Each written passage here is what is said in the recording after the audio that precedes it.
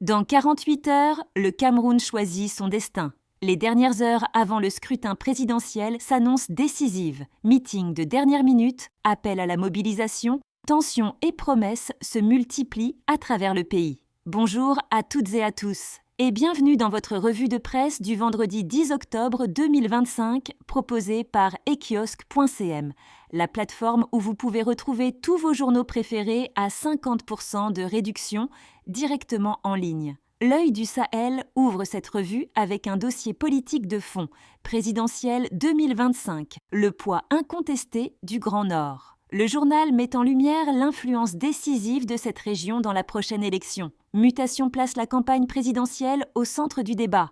Paul Biya, oui ou non, titre le quotidien à 3 jours du scrutin. Le journal évoque une mobilisation tous azimuts du RDPC à travers le pays, avec Cyrus Ngoo, Ngala Gerard, Malomba Essambe et Seydou Mbombo Njoya comme figure de proue. Cameroun Tribune annonce sobrement présidentielle 2025, l'heure approche. Plus de 8 millions d'électeurs sont attendus dimanche. Le quotidien national assure qu'Élections Cameroun est fin prêt pour un scrutin apaisé et bien encadré. L'actualité titre « Mbanjou se lève derrière Paul Biya pour un flambeau de grandeur et d'espérance ». Econews adopte un ton plus analytique. Les 9 candidats confrontés au déclin structurel qui menace la promesse d'émergence. Le Messager, lui, va à contre-courant, en campagne contre Biya. Le quotidien évoque des tensions internes dans le camp du pouvoir à Yaoundé. En encadré, Paul Biya, le sacrifice suprême, une tribune signée R. Sombaï Koatadiba. The Guardian Post retient l'attention avec son titre fort « Camerounian Decide Sunday ».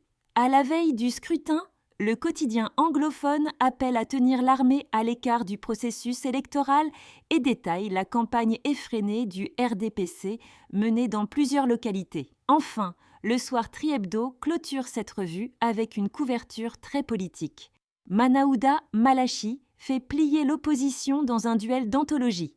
Le ministre de la Santé s'impose comme figure majeure de la campagne du RDPC dans le Grand Nord. En résumé, à 2 jours du scrutin présidentiel, le pays vibre au rythme d'une campagne bouillante, d'une mobilisation massive et d'enjeux économiques cruciaux. Merci de votre fidélité à ekiosque.cm. Abonnez-vous à nos pages Facebook, X, Instagram et LinkedIn pour ne rien manquer de l'actualité. On se retrouve lundi matin pour une nouvelle revue de presse.